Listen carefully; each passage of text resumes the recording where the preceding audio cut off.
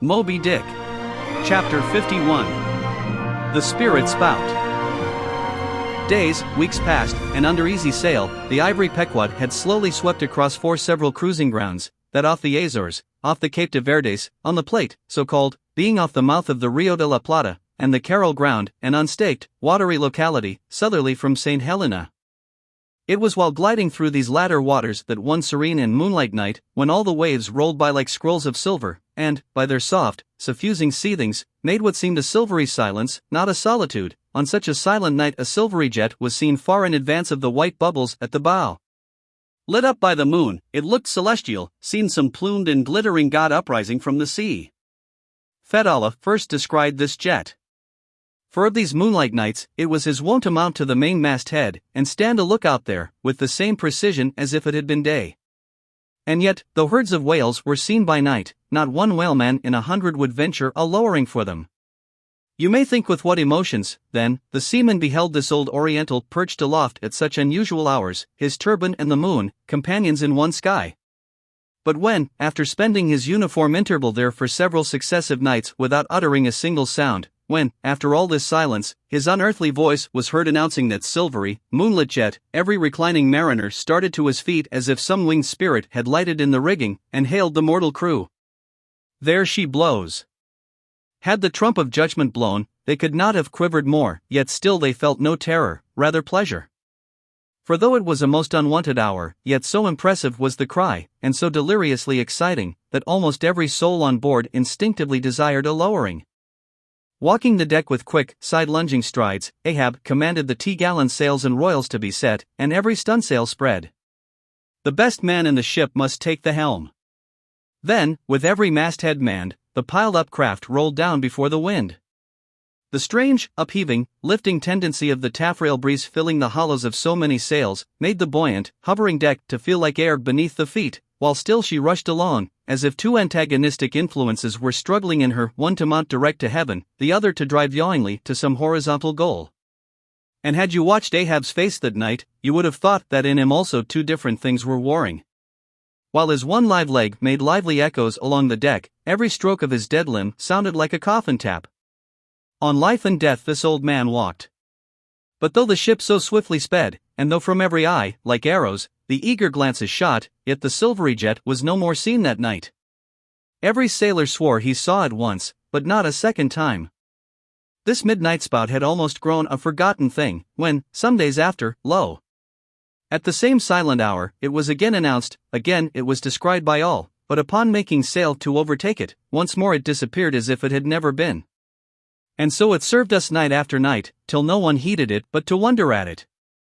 Mysteriously jetted into the clear moonlight, or starlight, as the case might be, disappearing again for one whole day, or 2 days, or 3, and somehow seeming at every distinct repetition to be advancing still further and further in our van, the solitary jet seemed forever alluring us on. Nor with the immemorial superstition of their race, and in accordance with the preternaturalness, as it seemed, which in many things invested the Pequod, were there wanting some of the seamen who swore that whenever and wherever descried, at however remote times, or in however far apart latitudes and longitudes, that unnearable spout was cast by one selfsame whale, and that whale, Moby Dick. For a time, there reigned, too, a sense of peculiar dread at this flitting apparition, as if it were treacherously beckoning us on, in order that the monster might turn round upon us, and rend us at last in the remotest and most savage seas.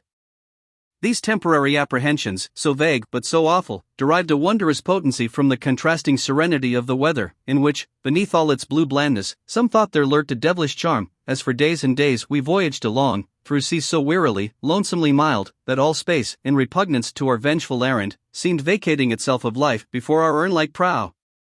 But, at last, when turning to the eastward, the Cape winds began howling around us, and we rose and fell upon the long, troubled seas that are there, when the ivory-tusked Pequod sharply bowed to the blast, and gored the dark waves in her madness, till, like showers of silver chips, the foam flakes flew over her bulwarks. Then all this desolate vacuity of life went away, but gave place to sights more dismal than before. Close to our bows, strange forms in the water darted hither and thither before us, while thick in our rear flew the inscrutable sea ravens. And every morning, perched on our stays, rows of these birds were seen, and spite of our hootings, for a long time obstinately clung to the hemp, as though they deemed our ship some drifting, uninhabited craft, a thing appointed to desolation, and therefore fit roosting place for their homeless selves. And heaved, still unrestingly heaved the black sea, as if its vast tides were a conscience, and the great mundane soul were in anguish and remorse for the long sin and suffering it had bred. Cape of Good Hope, do they call ye?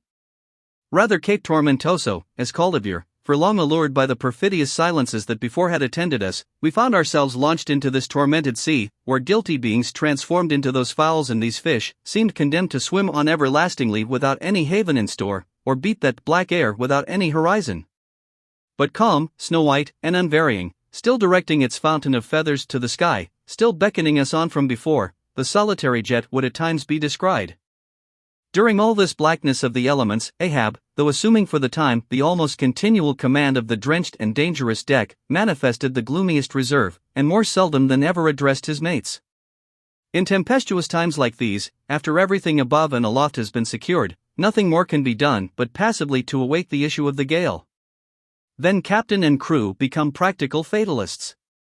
So, with his ivory leg inserted into its accustomed hole, and with one hand firmly grasping a shroud, Ahab for hours and hours would stand gazing dead to windward, while an occasional squall of sleet or snow would all but congeal his very eyelashes together.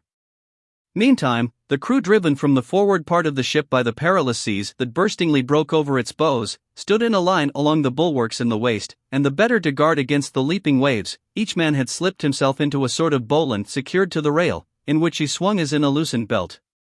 Few or no words were spoken, and the silent ship, as if manned by painted sailors in wax, day after day tore on through all the swift madness and gladness of the demoniac waves. By night the same muteness of humanity before the shrieks of the ocean prevailed, still in silence the men swung in the bowlines, still wordless Ahab stood up to the blast. Even when wearied nature seemed demanding repose, he would not seek that repose in his hammock.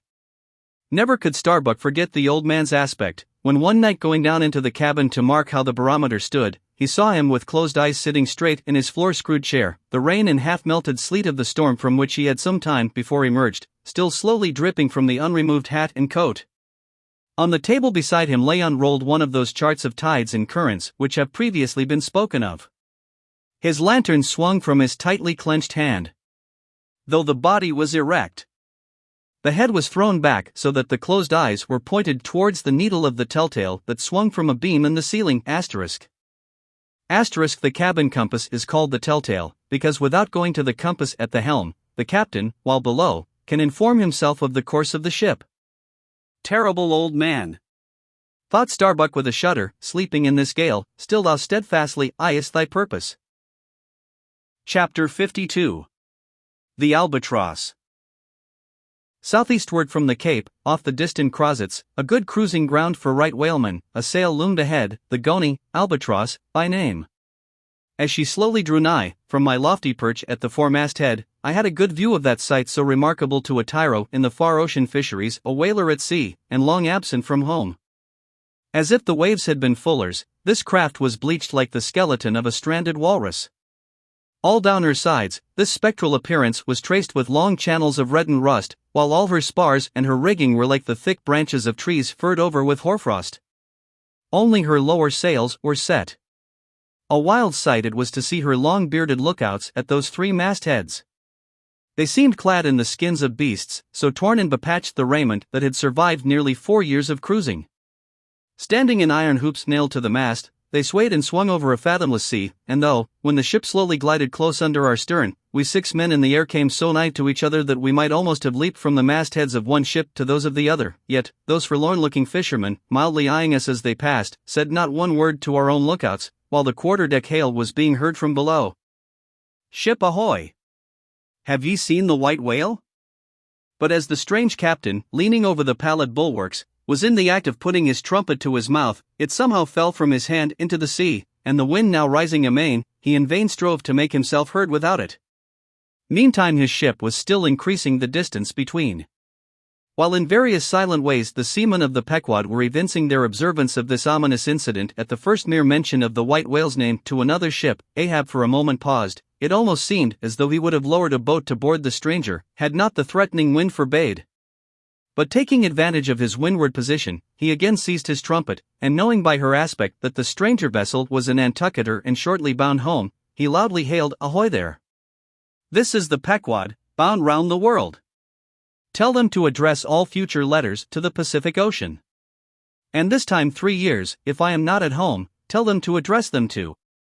At that moment the two wakes were fairly crossed, and instantly, then, in accordance with their singular ways, shoals of small harmless fish, that for some days before had been placidly swimming by our side, darted away with what seemed shuddering fins, and ranged themselves fore and aft with the stranger's flanks. Though in the course of his continual voyagings Ahab must often before have noticed a similar sight, yet, to any monomaniac man, the veriest trifles capriciously carry meanings. "Swim away from me, do ye?" murmured Ahab, gazing over into the water. There seemed but little in the words, but the tone conveyed more of deep helpless sadness than the insane old man had ever before evinced. But turning to the steersman, who thus far had been holding the ship in the wind to diminish her headway, he cried out in his old lion voice, "Up helm! Keep her off round the world! Round the world!" There is much in that sound to inspire proud feelings, but where to does all that circumnavigation conduct? Only through numberless perils to the very point whence we started, where those that we left behind secure, were all the time before us. Were this world an endless plain, and by sailing eastward we could forever reach new distances, and discover sights more sweet and strange than any Cyclades or islands of King Solomon, then there were promise in the voyage. But in pursuit of those far mysteries we dream of, or in tormented chase of that demon phantom that, some time or other, swims before all human hearts, while chasing such over this round globe, they either lead us on in barren mazes or midway leave us whelmed. Chapter 53. The Gam. The ostensible reason why Ahab did not go on board of the whaler we had spoken was this: the wind and sea betokened storms. But even had this not been the case, he would not after all, perhaps, have boarded her, judging by his subsequent conduct on similar occasions, if so it had been that, by the process of hailing, he had obtained a negative answer to the question he put. For, as it eventually turned out, he cared not to consort, even for 5 minutes, with any stranger captain, except he could contribute some of that information he so absorbingly sought. But all this might remain inadequately estimated, were not something said here of the peculiar usages of whaling vessels when meeting each other in foreign seas, and especially on a common cruising ground. If two strangers crossing the Pine Barrens in New York State, or the equally desolate Salisbury Plain in England, if casually encountering each other in such inhospitable wilds, these twain, for the life of them, cannot well avoid a mutual salutation, and stopping for a moment to interchange the news, and, perhaps, sitting down for a while and resting in concert, then, how much more natural that upon the illimitable Pine Barrens and Salisbury Plains of the sea, two whaling vessels descrying each other at the ends of the earth off lone Fanning's Island, or the faraway King's Mills, how much more natural, I say, that under such circumstances these ships should not only interchange hails, but come into still closer, more friendly and sociable contact. And especially would this seem to be a matter of course, in the case of vessels owned in one seaport, and whose captains, officers, and not a few of the men are personally known to each other, and consequently, have all sorts of dear domestic things to talk about. For the long-absent ship, the outward bounder, perhaps, has letters on board. At any rate, she will be sure to let her have some papers of a date a year or two later than the last one on her blurred and thumb-worn files. And in return for that courtesy, the outward-bound ship would receive the latest whaling intelligence from the cruising ground to which she may be destined, a thing of the utmost importance to her. And in degree, all this will hold true concerning whaling vessels crossing each other's track on the cruising ground itself, even though they are equally long absent from home. For one of them may have received a transfer of letters from some third, and now far remote vessel, and some of those letters may be for the people of the ship she now meets. Besides, they would exchange the whaling news, and have an agreeable chat. For not only would they meet with all the sympathies of sailors, but likewise with all the peculiar congenialities arising from a common pursuit and mutually shared privations and perils. Nor would difference of country make any very essential difference, that is, so long as both parties speak one language, as is the case with Americans and English.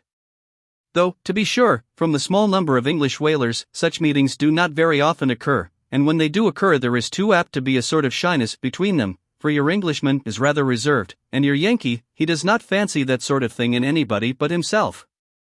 Besides, the English whalers sometimes affect a kind of metropolitan superiority over the American whalers, regarding the lone, lean Nantucketer, with his nondescript provincialisms, as a sort of sea peasant. But where this superiority in the English whaleman does really consist, it would be hard to say, seeing that the Yankees in one day collectively, kill more whales than all the English, collectively, in 10 years. But this is a harmless little foible in the English whale hunters, which the Nantucketer does not take much to heart, probably, because he knows that he has a few foibles himself. So, then, we see that of all ships separately sailing the sea, the whalers have most reason to be sociable, and they are so. Whereas, some merchant ships crossing each other's wake in the mid-Atlantic will oftentimes pass on without so much as a single word of recognition, mutually cutting each other on the high seas, like a brace of dandies in Broadway, and all the time indulging, perhaps, in finical criticism upon each other's rig. As for men of war, when they chance to meet at sea, they first go through such a string of silly bowings and scrapings, such a ducking of ensigns, that there does not seem to be much right down hearty goodwill and brotherly love about it at all. As touching slave ships meeting, why, they are in such a prodigious hurry, they run away from each other as soon as possible. And as for pirates, when they chance to cross each other's crossbones, the first hail is, "How many skulls?" The same way that whalers hail, "How many barrels?" And that question once answered, pirates straightway steer apart, for they are infernal villains on both sides, and don't like to see overmuch of each other's villainous likenesses. But look at the godly, honest, unostentatious, hospitable, sociable, free and easy whaler. What does the whaler do when she meets another whaler in any sort of decent weather? She has a gam, a thing so utterly unknown to all other ships that they never heard of the name even, and if by chance they should hear of it, they only grin at it, and repeat gamesome stuff about spooters and blubber boilers, and such like pretty exclamations. Why it is that all merchant seamen, and also all pirates and man-of-war's men, and slave ship sailors, cherish such a scornful feeling towards whale ships, this is a question it would be hard to answer. Because, in the case of pirates, say, I should like to know whether that profession of theirs has any peculiar glory about it. It sometimes ends in uncommon elevation, indeed, but only at the gallows. And besides, when a man is elevated in that odd fashion, he has no proper foundation for his superior altitude. Hence, I conclude, that in boasting himself to be high lifted above a whaleman, in that assertion the pirate has no solid basis to stand on. But what is a gam?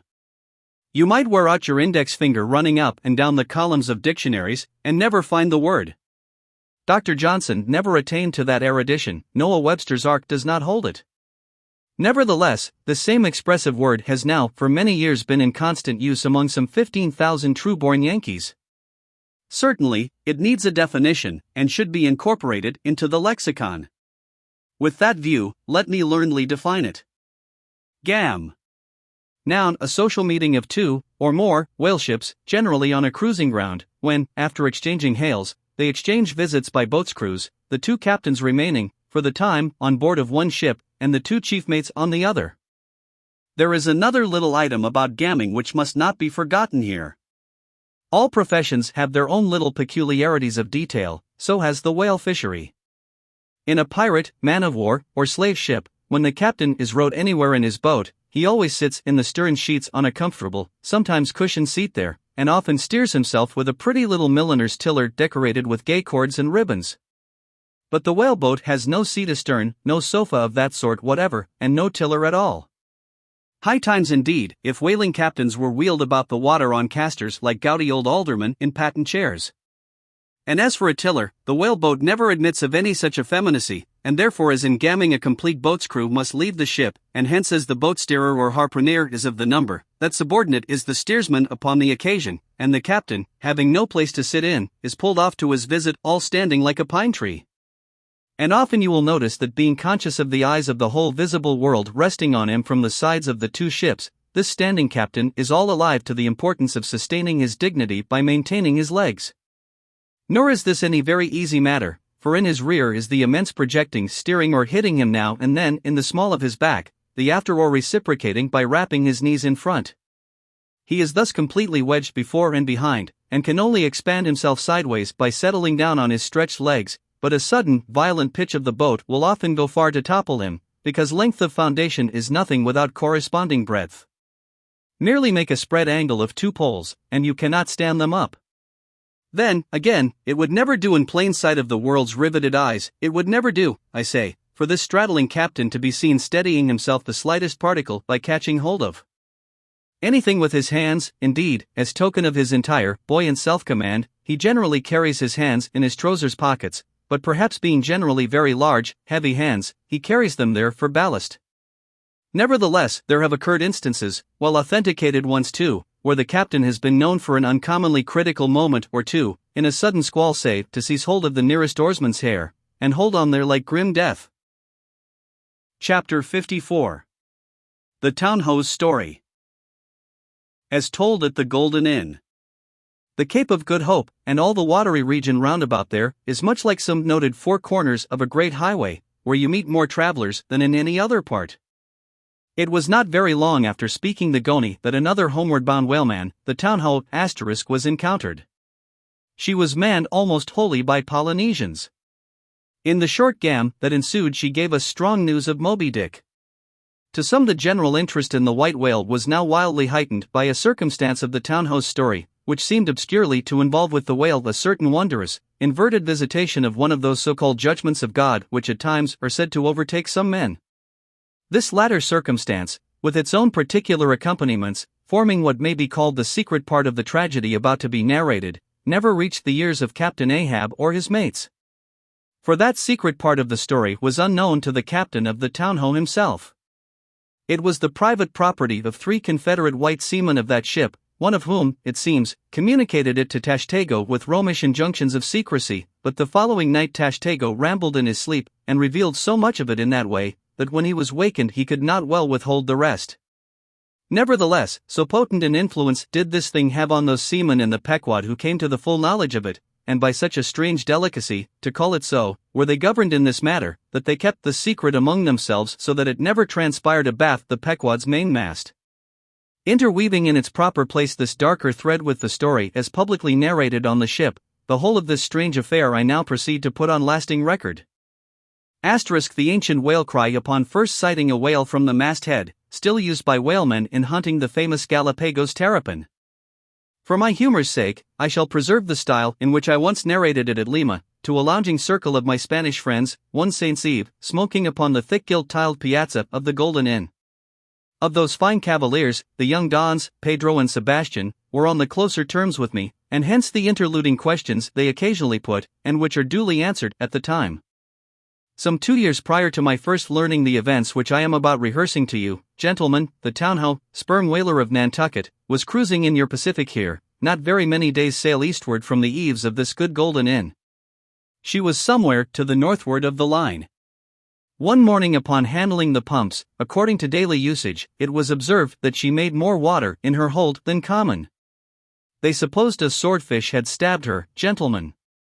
But the captain, having some unusual reason for believing that rare good luck awaited him in those latitudes, and therefore being very averse to quit them, and the leak not being then considered at all dangerous, though, indeed, they could not find it after searching the hold as low down as was possible in rather heavy weather, the ship still continued her cruisings, the mariners working at the pumps at wide and easy intervals, but no good luck came. More days went by, and not only was the leak yet undiscovered, but it sensibly increased. So much so, that now taking some alarm, the captain, making all sail, stood away for the nearest harbor among the islands, there to have his hull hove out and repaired. Though no small passage was before her, yet, if the commonest chance favored, he did not at all fear that his ship would founder by the way, because his pumps were of the best, and being periodically relieved at them, those 36 men of his could easily keep the ship free, never mind if the leak should double on her. In truth, while nigh the whole of this passage being attended by very prosperous breezes, the Townhoe had all but certainly arrived in perfect safety at her port without the occurrence of the least fatality, had it not been for the brutal overbearing of Radney, the mate, a vineyarder, and the bitterly provoked vengeance of Steelkilt, a lakeman and desperado from Buffalo. Lakeman, Buffalo. Pray, what is a lakeman, and where is Buffalo? Said Don Sebastian, rising in his swinging mat of grass. On the eastern shore of our Lake Erie, Don, but I crave your courtesy, maybe, you shall soon hear further of all that. Now, gentlemen, in square-sail brigs and three-masted ships, well nigh as large and stout as any that ever sailed out of your old Callao to far Manila, this lakeman, in the landlocked heart of our America, had yet been nurtured by all those agrarian freebooting impressions popularly connected with the open ocean. For in their interflowing aggregate, those grand freshwater seas of ours, Erie, and Ontario, and Huron, and Superior, and Michigan, possess an ocean-like expansiveness, with many of the ocean's noblest traits, with many of its rimmed varieties of races and of climes.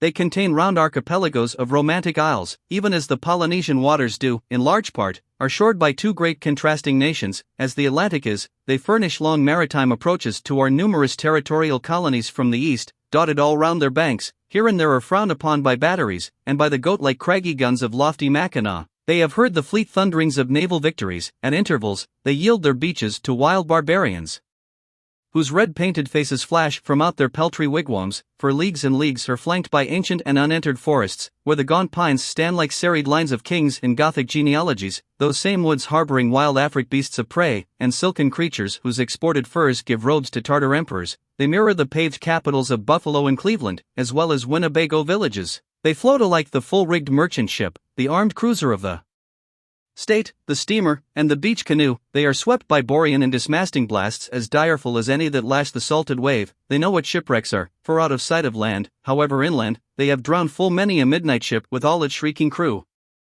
Thus, gentlemen, though an inlander, Steelkilt was wild ocean born, and wild ocean nurtured, as much of an audacious mariner as any. And for Radney, though in his infancy he may have laid him down on the lone Nantucket beach, to nurse at his maternal sea, though in after life he had long followed our austere Atlantic and your contemplative Pacific, yet was he quite as vengeful and full of social quarrel as the backwoods seaman, fresh from the latitudes of buckhorn-handled bowie knives. Yet was this Nantucketer a man with some good-hearted traits, and this Lakeman a mariner, who though a sort of devil indeed, might yet by inflexible firmness, only tempered by that common decency of human recognition which is the meanest slave's right. Thus treated, this Steelkilt had long been retained harmless and docile. At all events, he had proved so thus far, but Radney was doomed and made mad, and Steelkilt, but, gentlemen, you shall hear. It was not more than a day or two at the furthest after pointing her prow for her island haven, that the townhoe's leak seemed again increasing, but only so as to require an hour or more at the pumps every day.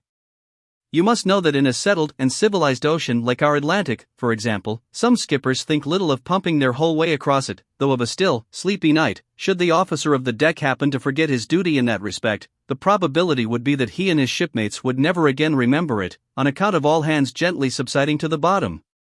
Nor in the solitary and savage seas far from you to the westward, gentlemen, is it altogether unusual for ships to keep clanging at their pump handles in full chorus even for a voyage of considerable length, that is, if it lie along a tolerably accessible coast, or if any other reasonable retreat is afforded them. It is only when a leaky vessel is in some very out-of-the-way part of those waters, some really landless latitude, that her captain begins to feel a little anxious.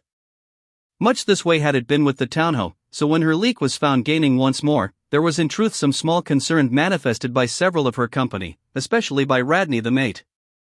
He commanded the upper sails to be well hoisted, sheeted home anew, and every way expanded to the breeze. Now this Radney, I suppose, was as little of a coward, and as little inclined to any sort of nervous apprehensiveness touching his own person as any fearless, unthinking creature on land or on sea that you can conveniently imagine, gentlemen. Therefore when he betrayed this solicitude about the safety of the ship, some of the seamen declared that it was only on account of his being a part owner in her. So when they were working that evening at the pumps, there was on this head no small gamesomeness slyly going on among them, as they stood with their feet continually overflowed by the rippling clear water, clear as any mountain spring, gentlemen, that bubbling from the pumps ran across the deck, and poured itself out in steady spouts at the lee scupper holes. Now, as you well know, it is not seldom the case in this conventional world of ours, watery or otherwise, that when a person placed in command over his fellowmen finds one of them to be very significantly his superior in general pride of manhood, straightway against that man he conceives an unconquerable dislike and bitterness, and if he have a chance he will pull down and pulverize that subaltern's tower, and make a little heap of dust of it. Be this conceit of mine as it may, gentlemen, at all events Steelkilt was a tall and noble animal with a head like a Roman, and a flowing golden beard like the tasselled housings of your last viceroy's snorting charger, and a brain, and a heart, and a soul in him, gentlemen, which had made Steelkilt Charlemagne, had he been born son to Charlemagne's father.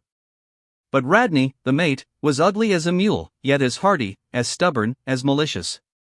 He did not love Steelkilt, and Steelkilt knew it. As being the mate drawing near as he was toiling at the pump with the rest, the Lakeman affected not to notice him, but unawed, went on with his gay banterings. "Aye, my merry lads, it's a lively leak this, hold a cannikin, one of ye, and let's have a taste. By the Lord, it's worth bottling. I tell you what, men, old Rad's investment must go for it.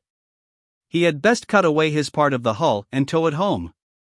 The fact is, boys, that swordfish only began the job. He's come back again with a gang of ship carpenters, sawfish, and filefish, and what not, and the whole posse of 'em are now hard at work cutting and slashing at the bottom, making improvements, I suppose. If old Rad were here now, I'd tell him to jump overboard and scatter 'em. They're playing the devil with his estate, I can tell him. But he's a simple old soul, Rad, and a beauty too. Boys, they say the rest of his property is invested in looking glasses. I wonder if he'd give a poor devil like me the model of his nose. Damn your eyes! What's that pump stopping for? Roared Radney, pretending not to have heard the sailors talk. Thunder away at it! Aye, sir, said Steelkilt, merry as a cricket. Lively, boys, lively, now! And with that the pump clanged like 50 fire engines. The men tossed their hats off to it, and ere long that peculiar gasping of the lungs was heard which denotes the fullest tension of life's utmost energies. Quitting the pump at last, with the rest of his band, the lakeman went forward all panting, and sat himself down on the windlass, his face fiery red, his eyes bloodshot, and wiping the profuse sweat from his brow. Now what cozening fiend it was, gentlemen, that possessed Radney to meddle with such a man in that corporeally exasperated state, I know not, but so it happened. Intolerably striding along the deck, the mate commanded him to get a broom and sweep down the planks, and also a shovel, and remove some offensive matters consequent upon allowing a pig to run at large. Now, gentlemen, sweeping a ship's deck at sea is a piece of household work which in all times but raging gales is regularly attended to every evening. It has been known to be done in the case of ships actually foundering at the time. Such, gentlemen, is the inflexibility of sea usages and the instinctive love of neatness in seamen, some of whom would not willingly drown without first washing their faces. But in all vessels this broom business is the prescriptive province of the boys, if boys there be aboard. Besides, it was the stronger men in the townhope that had been divided into gangs, taking turns at the pumps, and being the most athletic seaman of them all, Steelkilt had been regularly assigned captain of one of the gangs. Consequently he should have been freed from any trivial business not connected with truly nautical duties, such being the case with his comrades. I mention all these particulars so that you may understand exactly how this affair stood between the two men. But there was more than this. The order about the shovel was almost as plainly meant to sting and insult Steelkilt, as though Radney had spat in his face. Any man who has gone sailor in a whaleship will understand this, and all this and doubtless much more, the lakeman fully comprehended when the mate uttered his command. But as he sat still for a moment, and as he steadfastly looked into the mate's malignant eye and perceived the stacks of powder casks heaped up in him and the slow match silently burning along towards them, as he instinctively saw all this, that strange forbearance and unwillingness to stir up the deeper passionateness in any already ireful being a repugnance most felt, when felt at all, by really valiant men even when aggrieved, this nameless phantom feeling, gentlemen, stole over Steelkilt. Therefore, in his ordinary tone, only a little broken by the bodily exhaustion he was temporarily in, he answered him saying that sweeping the deck was not his business, and he would not do it. And then, without at all alluding to the shovel, he pointed to 3 lads as the customary sweepers, who, not being billeted at the pumps, had done little or nothing all day. To this, Radney replied with an oath, in a most domineering and outrageous manner, unconditionally reiterating his command, meanwhile advancing upon the still-seated lakeman, with an uplifted Cooper's Club hammer which he had snatched from a cask nearby. Heated and irritated as he was by his spasmodic toil at the pumps, for all his first nameless feeling of forbearance, the sweating Steelkilt could but ill brook this bearing in the mate, but somehow still smothering the conflagration within him, without speaking he remained doggedly rooted to his seat, till at last the incensed Radney shook the hammer within a few inches of his face, furiously commanding him to do his bidding. Steelkilt rose, and slowly retreating round the windlass, steadily followed by the mate with his menacing hammer, deliberately repeated his intention not to obey. Seeing, however, that his forbearance had not the slightest effect, by an awful and unspeakable intimation with his twisted hand he warned off the foolish and infatuated man, but it was to no purpose. And in this way the two went once slowly round the windlass, when, resolved at last no longer to retreat, bethinking him that he had now forborne as much as comported with his humour, the lakeman paused on the hatches and thus spoke to the officer. "Mr. Radney, I will not obey you. Take that hammer away, or look to yourself." But the predestinated mate, coming still closer to him, where the lakeman stood fixed, now shook the heavy hammer within an inch of his teeth, meanwhile repeating a string of insufferable maledictions. retreating not the thousandth part of an inch, stabbing him in the eye with the unflinching poniard of his glance, Steelkilt, clenching his right hand behind him and creepingly drawing it back, told his persecutor that if the hammer but grazed his cheek he, Steelkilt, would murder him. But, gentlemen, the fool had been branded for the slaughter by the gods. Immediately, the hammer touched the cheek. The next instant the lower jaw of the mate was stove in his head. He fell on the hatch spouting blood like a whale. Ere the cry could go aft, Steelkilt was shaking one of the backstays leading far aloft to where two of his comrades were standing their mastheads. They were both canallers. Canallers, cried Don Pedro. We have seen many whale ships in our harbors, but never heard of your canallers. Pardon, who and what are they? Canallers, Don, are the boatmen belonging to our Grand Erie Canal. You must have heard of it. Nay, senor, hereabouts in this dull, warm, most lazy, and hereditary land, we know but little of your vigorous north. Aye. Well then, Don, refill my cup. Your chich is very fine, and ere proceeding further I will tell you what our canallers are, for such information may throw sidelight upon my story. For 360 miles, gentlemen, through the entire breadth of the state of New York, through numerous populous cities and most thriving villages, through long, dismal, uninhabited swamps, and affluent, cultivated fields, unrivaled for fertility, by billiard room and barroom, through the holy of holies of great forests, on Roman arches over Indian rivers, through sun and shade, by happy hearts or broken, through all the wide contrasting scenery of those noble Mohawk counties. And especially, by rows of snow-white chapels, whose spires stand almost like milestones, flows one continual stream of Venetianly corrupt and often lawless life. There's your true Ashanti, gentlemen, they're Hollier pagans, where you ever find them, next door to you, under the long-flung shadow, and the snug patronizing lee of churches. For by some curious fatality, as it is often noted of your metropolitan freebooters that they ever encamp around the halls of justice, so sinners, gentlemen, most abound in holiest vicinities. Is that a friar passing? Said Don Pedro, looking downwards into the crowded plaza, with humorous concern. Well, for our northern friend, Dame Isabella's Inquisition wanes in Lima, laughed Don Sebastian. Proceed, senor.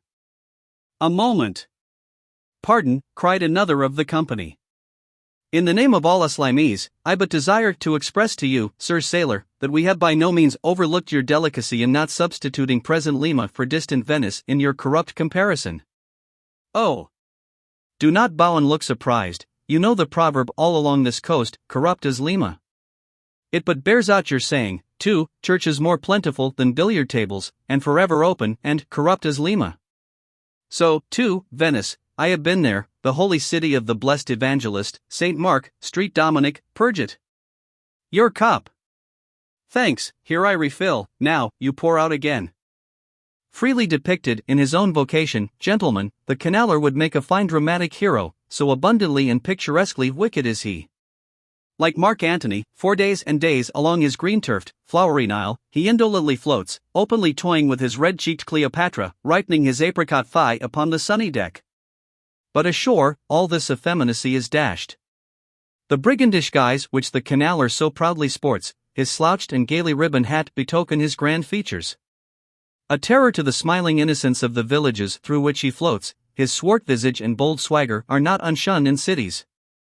Once a vagabond on his own canal, I have received good turns from one of these canallers, I thank him heartily, would fain be not ungrateful, but it is often one of the prime redeeming qualities of your man of violence, that at times he has as stiff an arm to back a poor stranger in a strait, as to plunder a wealthy one. In sum, gentlemen, what the wildness of this canal life is emphatically evinced by this, that our wild whale fishery contains so many of its most finished graduates, and that scarce any race of mankind, except Sydney men, are so much distrusted by our whaling captains. Nor does it at all diminish the curiousness of this matter, that to many thousands of our rural boys and young men born along its line, the probationary life of the Grand Canal furnishes the sole transition between quietly reaping in a Christian cornfield, and recklessly plowing the waters of the most barbaric seas. I see, impetuously exclaimed Don Pedro, spilling his chicha upon his silvery ruffles. No need to travel. The world's one Lima. I had thought, now, that at your temperate north the generations were cold and holy as the Hillstatt, but the story. I left off, gentlemen, where the lakeman shook the backstay. Hardly had he done so, when he was surrounded by the 3 junior mates and the 4 harpooneers, who all crowded him to the deck. But sliding down the ropes like baleful comets, the two canallers rushed into the uproar, and sought to drag their man out of it towards the forecastle. Others of the sailors joined with them in this attempt, and a twisted turmoil ensued. While standing out of harm's way, the valiant captain danced up and down with a whalepike, calling upon his officers to manhandle that atrocious scoundrel, and smoke him along to the quarterdeck. At intervals, he ran close up to the revolving border of the confusion, and prying into the heart of it with his pike, sought to prick out the object of his resentment.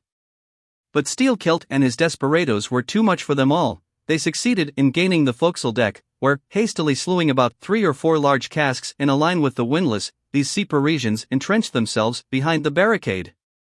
"Come out of that, ye pirates!" roared the captain, now menacing them with a pistol in each hand, just brought to him by the steward. "Come out of that, ye cutthroats!" Steelkilt leaped on the barricade, and striding up and down there, defied the worst the pistols could do, but gave the captain to understand distinctly that his, Steelkilt's, death would be the signal for a murderous mutiny on the part of all hands. Fearing in his heart lest this might prove but too true, the captain a little desisted, but still commanded the insurgents instantly to return to their duty. "Will you promise not to touch us, if we do?" demanded their ringleader. Turn 2. Turn 2, I make no promise, to your duty. Do you want to sink the ship, by knocking off at a time like this? Turn 2, and he once more raised a pistol. "Sink the ship," cried Steelkilt. "Aye, let her sink. Not a man of us turns to, unless you swear not to raise a rope yarn against us. What say ye, men?" turning to his comrades. A fierce cheer was their response. The lakeman now patrolled the barricade, all the while keeping his eye on the captain, and jerking out such sentences as these: "It's not our fault, we didn't want it, I told him to take his hammer away, it was boy's business, he might have known me before this, I told him not to prick the buffalo, I believe I have broken a finger here against his cursed jaw, ain't those mincing knives down in the forecastle there, men? Look to those handspikes, my hearties.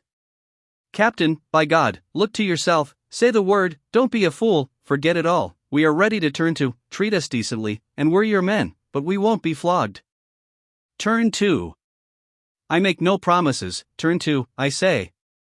"Look-ye, now," cried the lakeman, flinging out his arm towards him, "there are a few of us here, and I am one of them, who have shipped for the cruise, D.C. Now as you well know, sir, we can claim our discharge as soon as the anchor is down, so we don't want to row, it's not our interest, we want to be peaceable, we are ready to work, but we won't be flogged." Turn 2, roared the captain. Steelkilt glanced round him a moment, and then said, "I tell you what it is now, captain, rather than kill ye, and be hung for such a shabby rascal, we won't lift a hand against ye unless ye attack us, but till you say the word about not flogging us, we don't do a hand's turn. Down into the forecastle then, down with ye, I'll keep ye there till ye're sick of it. Down ye go." "Shall we?" cried the ringleader to his men. Most of them were against it, but at length, in obedience to Steelkilt, they preceded him down into their dark den, growlingly disappearing, like bears, into a cave. As the lakeman's bare head was just level with the planks, the captain and his posse leaped the barricade, and rapidly drawing over the slide of the scuttle, planted their group of hands upon it, and loudly called for the steward to bring the heavy brass padlock belonging to the companionway. Then opening the slide a little, the captain whispered something down the crack, closed it, and turned the key upon them, 10 in number, leaving on deck some 20 or more, who thus far had remained neutral. All night a wide-awake watch was kept by all the officers, forward and aft, especially about the forecastle scuttle and fore hatchway, at which last place it was feared the insurgents might emerge, after breaking through the bulkhead below. But the hours of darkness passed in peace, the men who still remained at their duty toiling hard at the pumps, whose clinking and clanking at intervals through the dreary night dismally resounded through the ship. At sunrise the captain went forward, and knocking on the deck, summoned the prisoners to work, but with a yell they refused. Water was then lowered down to them, and a couple of handfuls of biscuit were tossed after it, when again turning the key upon them and pocketing it, the captain returned to the quarterdeck. Twice every day for 3 days this was repeated, but on the 4th morning a confused wrangling, and then a scuffling was heard, as the customary summons was delivered, and suddenly 4 men burst up from the forecastle, saying they were ready to turn to. The fetid closeness of the air, and a famishing diet, united perhaps to some fears of ultimate retribution, had constrained them to surrender at discretion. Emboldened by this, the captain reiterated his demand to the rest, but Steelkilt shouted up to him a terrific hint to stop his babbling and betake himself where he belonged. On the fifth morning 3 others of the mutineers bolted up into the air from the desperate arms below that sought to restrain them. Only 3 were left. "Better turn to, now," said the captain with a heartless jeer. "Shut us up again, will ye?" cried Steelkilt. "Oh, certainly," said the captain, and the key clicked. It was at this point, gentlemen, that enraged by the defection of 7 of his former associates, and stung by the mocking voice that had last hailed him, and maddened by his long entombment in a place as black as the bowels of despair, it was then that Steelkilt proposed to the 2 canallers, thus far apparently of one mind with him, to burst out of their hole at the next summoning of the garrison, and armed with their keen mincing knives, long, crescentic, heavy implements with a handle at each end, run amuck from the bowsprit to the taffrail, and if by any devilishness of desperation possible, seize the ship. For himself, he would do this, he said, whether they joined him or not. That was the last night he should spend in that den. But the scheme met with no opposition on the part of the other 2, they swore they were ready for that, or for any other mad thing, for anything in short but a surrender. And what was more, they each insisted upon being the first man on deck, when the time to make the rush should come. But to this their leader as fiercely objected, reserving that priority for himself, particularly as his 2 comrades would not yield, the one to the other, in the matter, and both of them could not be first, for the latter would but admit 1 man at a time. And here, gentlemen, the foul play of these miscreants must come out. Upon hearing the frantic project of their leader, each in his own separate soul had suddenly lighted, it would seem, upon the same piece of treachery, namely, to be foremost in breaking out, in order to be the first of the 3, though the last of the 10, to surrender, and thereby secure whatever small chance of pardon such conduct might merit. But when Steelkilt made known his determination still to lead them to the last, they in some way, by some subtle chemistry of villainy, mixed their before secret treacheries together, and when their leader fell into a doze, verbally opened their souls to each other in 3 sentences, and bound the sleeper with cords, and gagged him with cords, and shrieked out for the captain at midnight. Thinking murder at hand, and smelling in the dark for the blood, he and all his armed mates and harpooneers rushed for the forecastle. In a few minutes the scuttle was opened, and, bound hand and foot, the still struggling ringleader was shoved up into the air by his perfidious allies, who had once claimed the honor of securing a man who had been fully ripe for murder. But all these were collared, and dragged along the deck like dead cattle, and, side by side, were seized up into the mizzen rigging, like 3/4 of meat, and there they hung till morning. "Damn ye," cried the captain, pacing to and fro before them, "the vultures would not touch ye, ye villains." At sunrise he summoned all hands, and separating those who had rebelled from those who had taken no part in the mutiny, he told the former that he had a good mind to flog them all round, thought, upon the whole, he would do so, he ought to justice demanded it, but for the present, considering their timely surrender, he would let them go with a reprimand, which he accordingly administered in the vernacular. "But as for you, ye carrion rogues," turning to the 3 men in the rigging, "for you, I mean to mince ye up for the trypots," and, seizing a rope, he applied it with all his might to the backs of the 2 traitors, till they yelled no more, but lifelessly hung their heads sideways, as the 2 crucified thieves are drawn. "My wrist is sprained with ye," he cried, at last, "but there is still rope enough left for you, my fine bantam, that wouldn't give up. Take that gag from his mouth, and let us hear what he can say for himself." For a moment the exhausted mutineer made a tremulous motion of his cramped jaws, and then painfully twisting round his head, said in a sort of hiss, "What I say is this, and mind it well, if you flog me, I murder you." "Say ye so? Then see how ye frighten me," and the captain drew off with the rope to strike. "Best not," hissed the lakeman. "But I must," and the rope was once more drawn back for the stroke. Steelkilt here hissed out something, inaudible to all but the captain, who, to the amazement of all hands, started back, paced the deck rapidly 2 or 3 times, and then suddenly throwing down his rope, said, "I won't do it, let him go, cut him down, d'ye hear?" But as the junior mates were hurrying to execute the order, a pale man, with a bandaged head, arrested them. Radney, the chief mate. Ever since the blow, he had lain in his berth, but that morning, hearing the tumult on the deck, he had crept out, and thus far had watched the whole scene. Such was the state of his mouth, that he could hardly speak, but mumbling something about his being willing and able to do what the captain dared not attempt, he snatched the rope and advanced to his pinioned foe. "You are a coward," hissed the lakeman. "So I am, but take that." The mate was in the very act of striking, when another hiss stayed his uplifted arm. He paused, and then pausing no more, made good his word, spite of Steelkilt's threat, whatever that might have been. The 3 men were then cut down, all hands were turned to, and, sullenly worked by the moody seamen, the iron pumps clanged as before. Just after dark that day, when one watch had retired below, a clamor was heard in the forecastle, and the 2 trembling traders running up, beseeched the cabin door, saying they durst not consort with the crew. Entreaties, cuffs, and kicks could not drive them back, so at their own instance they were put down in the ship's run for salvation. Still, no sign of mutiny reappeared among the rest. On the contrary, it seemed that mainly at Steelkilt's instigation, they had resolved to maintain the strictest peacefulness, obey all orders to the last, and, when the ship reached port, desert her in a body. But in order to ensure the speediest end to the voyage, they all agreed to another thing, namely, not to sing out for whales, in case any should be discovered. For, spite of her leak, and spite of all her other perils, the townhouse still maintained her mastheads, and her captain was just as willing to lower for a fish that moment, as on the day his craft first struck the cruising ground, and Radney the mate was quite as ready to change his berth for a boat, and with his bandaged mouth seek to gag in death the vital jaw of the whale. But though the lakeman had induced the seamen to adopt this sort of passiveness in their conduct, he kept his own counsel, at least till all was over, concerning his own proper and private revenge upon the man who had stung him in the ventricles of his heart.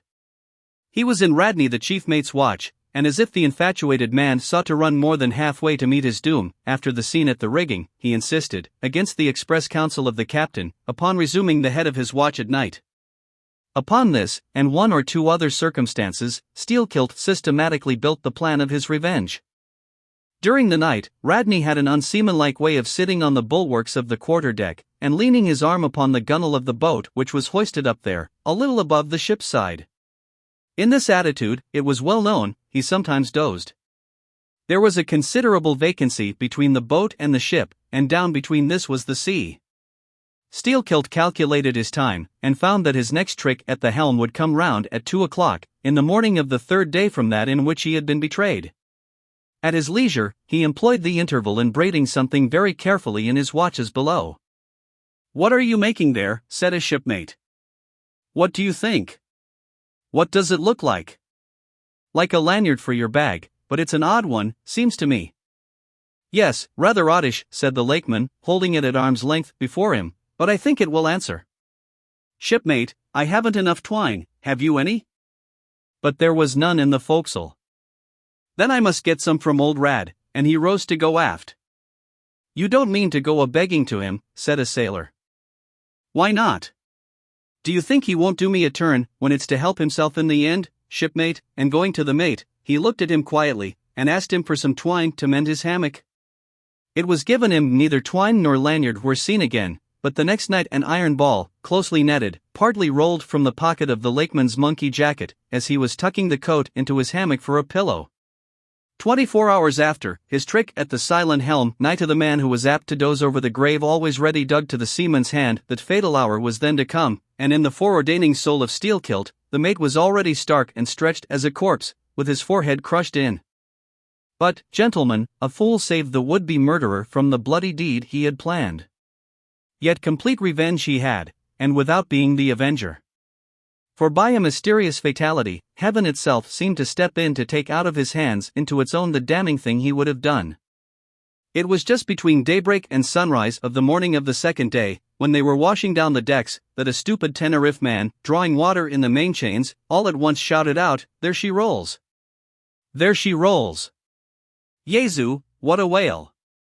It was Moby Dick. "Moby Dick," cried Don Sebastian, Street Point Dominic.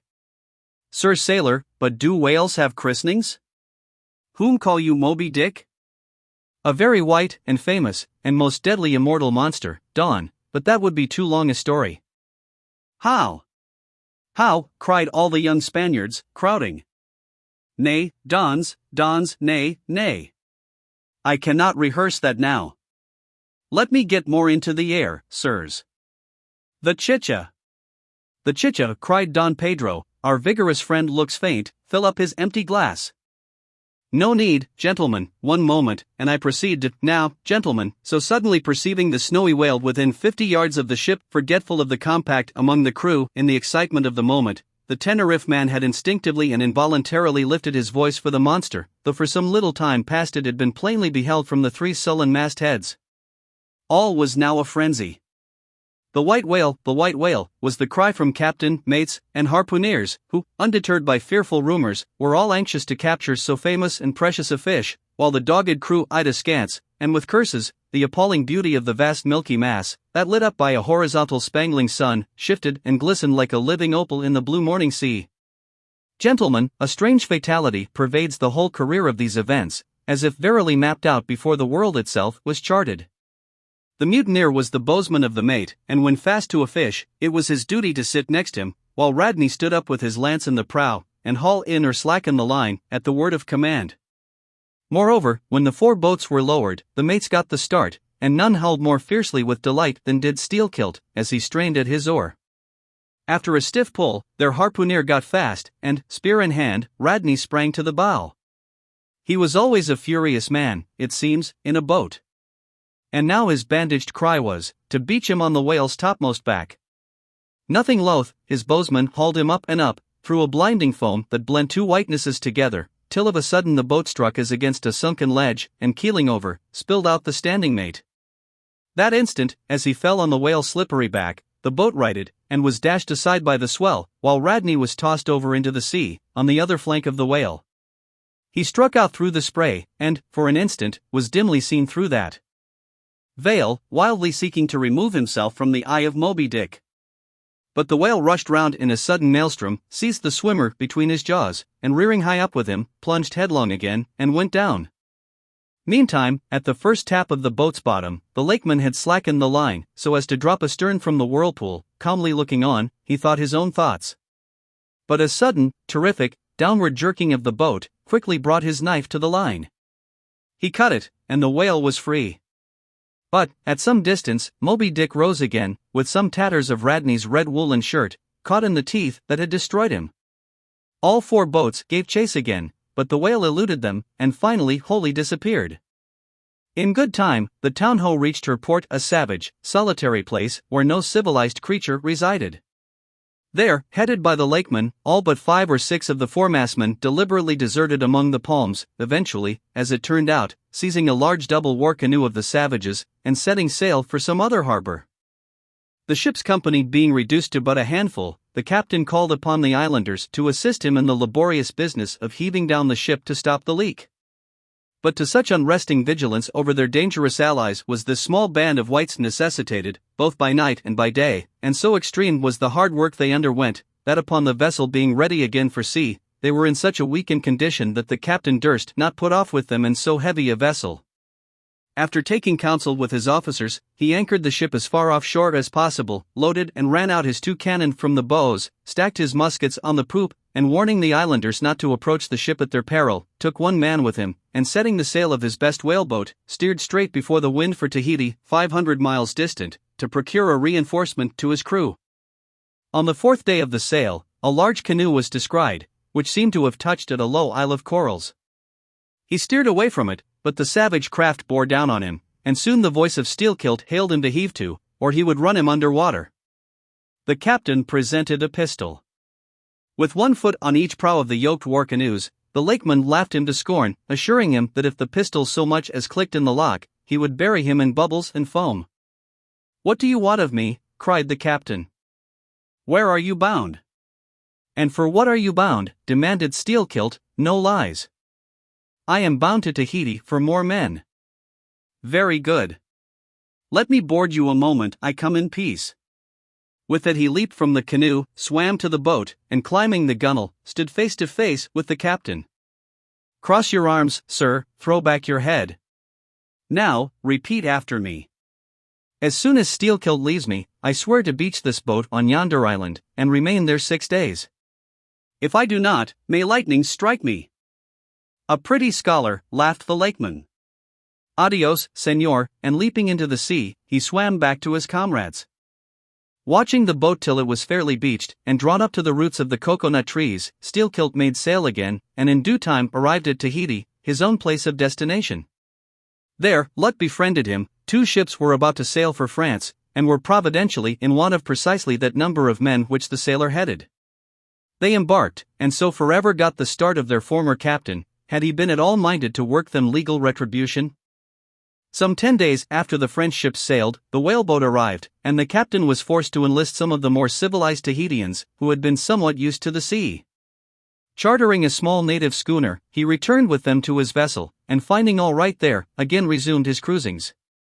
Where Steelkilt now is, gentlemen, none know, but upon the island of Nantucket, the widow of Radney still turns to the sea which refuses to give up its dead, still in dreams sees the awful white whale that destroyed him. Asterisk asterisk asterisk asterisk. Are you through? Said Don Sebastian, quietly.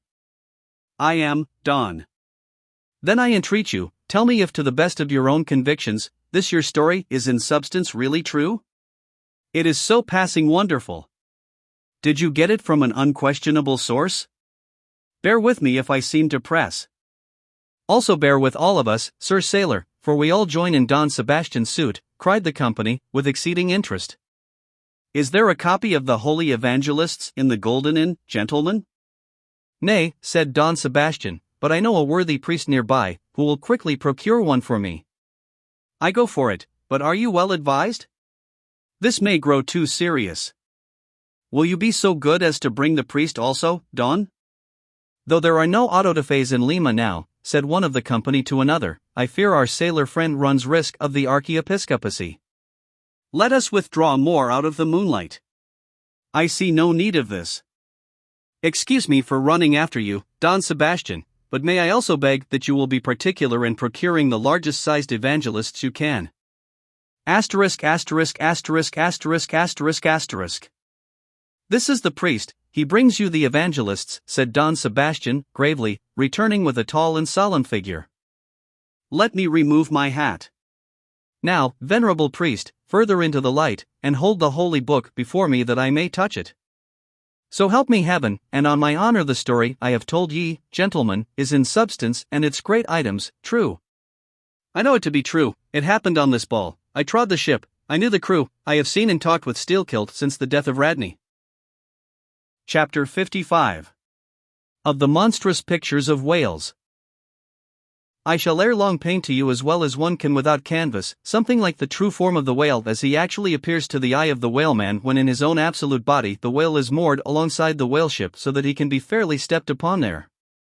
It may be worthwhile, therefore, previously to advert to those curious imaginary portraits of him which even down to the present day confidently challenge the faith of the landsman. It is time to set the world right in this matter, by proving such pictures of the whale all wrong. It may be that the primal source of all those pictorial delusions will be found among the oldest Hindu, Egyptian, and Grecian sculptures. For ever since those inventive but unscrupulous times when on the marble panellings of temples, the pedestals of statues, and on shields, medallions, cups, and coins, the dolphin was drawn in scales of chain armor like Saladin's, and a helmeted head like St. George's, ever since then has something of the same sort of license prevailed, not only in most popular pictures of the whale, but in many scientific presentations of him. Now, by all odds, the most ancient extant portrait anyways purporting to be the whale's, is to be found in the famous cavern pagoda of Elephanta, in India. The Brahmins maintained that in the almost endless sculptures of that immemorial pagoda, all the trades and pursuits, every conceivable avocation of man, were prefigured ages before any of them actually came into being. No wonder then, that in some sort our noble profession of whaling should have been there shadowed forth. The Hindu whale referred to occurs in a separate department of the wall, depicting the incarnation of Vishnu in the form of Leviathan, learnedly known as the Mat's avatar. But though this sculpture is half man and half whale, so as only to give the tail of the latter, yet that small section of him is all wrong. It looks more like the tapering tail of an anaconda than the broad palms of the true whale's majestic flukes. But go to the old galleries, and look now at a great Christian painter's portrait of this fish, for he succeeds no better than the antediluvian Hindu. It is Guido's picture of Perseus rescuing Andromeda from the sea monster or whale. Where did Guido get the model of such a strange creature as that? Nor does Hogarth, in painting the same scene in his own Perseus Descending, make out one whit better. The huge corpulence of that Hogarthian monster undulates on the surface, scarcely drawing 1 inch of water. It has a sort of howdah on its back, and its distended tusked mouth into which the billows are rolling, might be taken for the Traitor's Gate leading from the Thames by water into the Tower. Then, there are the prodromus whales of Old Scotch Sibbald, and Jonah's whale, as depicted in the prints of old Bibles and the cuts of old primers. What shall be said of these?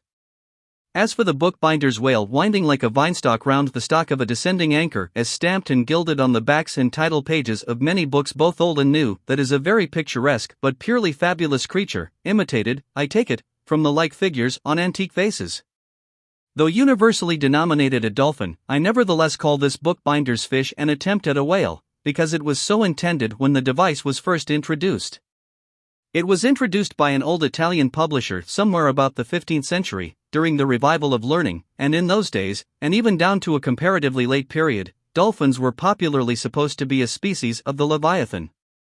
In the vignettes and other embellishments of some ancient books you will at times meet with very curious touches at the whale, where all manner of spouts, jets d'eau, hot springs in cold, Saratoga and Baden-Baden, come bubbling up from his unexhausted brain. In the title page of the original edition of The Advancement of Learning you will find some curious whales.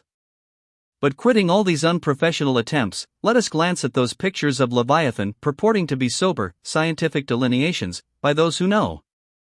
In old Harris's collection of voyages there are some plates of whales extracted from a Dutch book of voyages, AD 1671, entitled A Whaling Voyage to Spitzbergen in the ship Jonas in the whale, Peter Peterson of Friesland, Master. In one of those plates the whales, like great rafts of logs, are represented lying among ice isles, with white bears running over their living backs. In another plate, the prodigious blunder is made of representing the whale with perpendicular flukes. Then again, there is an imposing quarto, written by one Captain Colnett, a post-captain in the English Navy, entitled A Voyage Round Cape Horn into the South Seas, for the purpose of extending the spermaceti whale fisheries. In this book is an outline purporting to be a picture of a physeter or spermaceti whale, drawn by scale from one killed on the coast of Mexico, August, 1793, and hoisted on deck. I doubt not the captain had this voracious picture taken for the benefit of his marines. To mention but one thing about it, let me say that it has an eye which applied, according to the accompanying scale, to a full-grown sperm whale, would make the eye of that whale a bow window some 5 feet long. Ah, my gallant captain, why did ye not give us Jonah looking out of that eye? Nor are the most conscientious compilations of natural history for the benefit of the young and tender, free from the same heinousness of mistake. Look at that popular work Goldsmith's Animated Nature. In the abridged London edition of 1807, there are plates of an alleged whale and a narwhal. I do not wish to seem inelegant, but this unsightly whale looks much like an amputated sow, and, as for the narwhal, one glimpse at it is enough to amaze one, that in this 19th century such a hippogriff could be palmed for genuine upon any intelligent public of schoolboys. Then, again, in 1825, Bernard Germain, Count de Lacépède, a great naturalist, published a scientific systemized whale book, wherein are several pictures of the different species of the Leviathan. All these are not only incorrect, but the picture of the Mysticetus or Greenland whale, that is to say, the right whale, even Scoresby, a long experienced man as touching that species, declares not to have its counterpart in nature. But the placing of the capsheaf to all this blundering business was reserved for the scientific Frederick Cuvier, brother to the famous Baron. In 1836, he published a natural history of whales, in which he gives what he calls a picture of the sperm whale. Before showing that picture to any Nantucketer, you had best provide for your summary retreat from Nantucket. In a word, Frederick Cuvier's sperm whale is not a sperm whale, but a squash. Of course, he never had the benefit of a whaling voyage, such men seldom have, but whence he derived that picture, who can tell? Perhaps he got it as his scientific predecessor in the same field, Demarest, got one of his authentic abortions, that is, from a Chinese drawing. And what sort of lively lads with the pencil those Chinese are, many queer cups and saucers inform us. As for the sign painter's whales seen in the streets hanging over the shops of oil dealers, what shall be said of them? They are generally Richard III. Whales, with dromedary humps, and very savage, breakfasting on 3 or 4 sailor tarts, that is whaleboats full of mariners, their deformities floundering in seas of blood and blue paint. But these manifold mistakes in depicting the whale are not so very surprising after all. Consider. Most of the scientific drawings have been taken from the stranded fish, and these are about as correct as a drawing of a wrecked ship, with broken back, would correctly represent the noble animal itself in all its undashed pride of hull and spars. Though elephants have stood for their full lengths, the living Leviathan has never yet fairly floated himself for his portrait. The living whale, in his full majesty and significance, is only to be seen at sea in unfathomable waters, and afloat the vast bulk of him is out of sight, like a launched line of battleship, and out of that element it is a thing eternally impossible for mortal man to hoist him bodily into the air, so as to preserve all his mighty swells and undulations. And, not to speak of the highly presumable difference of contour between a young sucking whale and a full-grown Plutonian Leviathan, yet, even in the case of one of those young sucking whales hoisted to a ship's deck, such as then the outlandish, eel-like, limbered, varying shape of him, that his precise expression the devil himself could not catch. But it may be fancied, that from the naked skeleton of the stranded whale, accurate hints may be derived touching his true form. Not at all. For it is one of the more curious things about this Leviathan, that his skeleton gives very little idea of his general shape.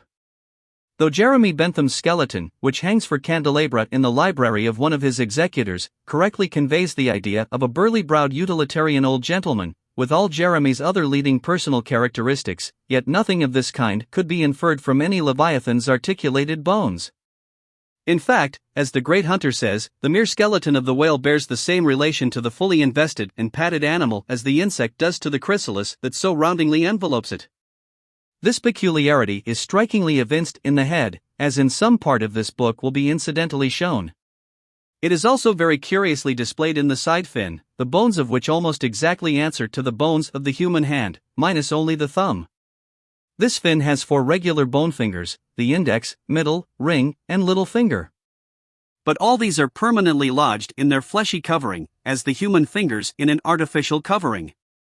However recklessly the whale may sometimes serve us, said humorous Stubb one day, he can never be truly said to handle us without mittens. For all these reasons, then, any way you may look at it, you must needs conclude that the great Leviathan is that one creature in the world which must remain unpainted to the last. True, one portrait may hit the mark much nearer than another, but none can hit it with any very considerable degree of exactness. So there is no earthly way of finding out precisely what the whale really looks like. And the only mode in which you can derive even a tolerable idea of his living contour is by going a whaling yourself, but by so doing, you run no small risk of being eternally stove and sunk by him. Wherefore, it seems to me you had best not be too fastidious in your curiosity touching this Leviathan.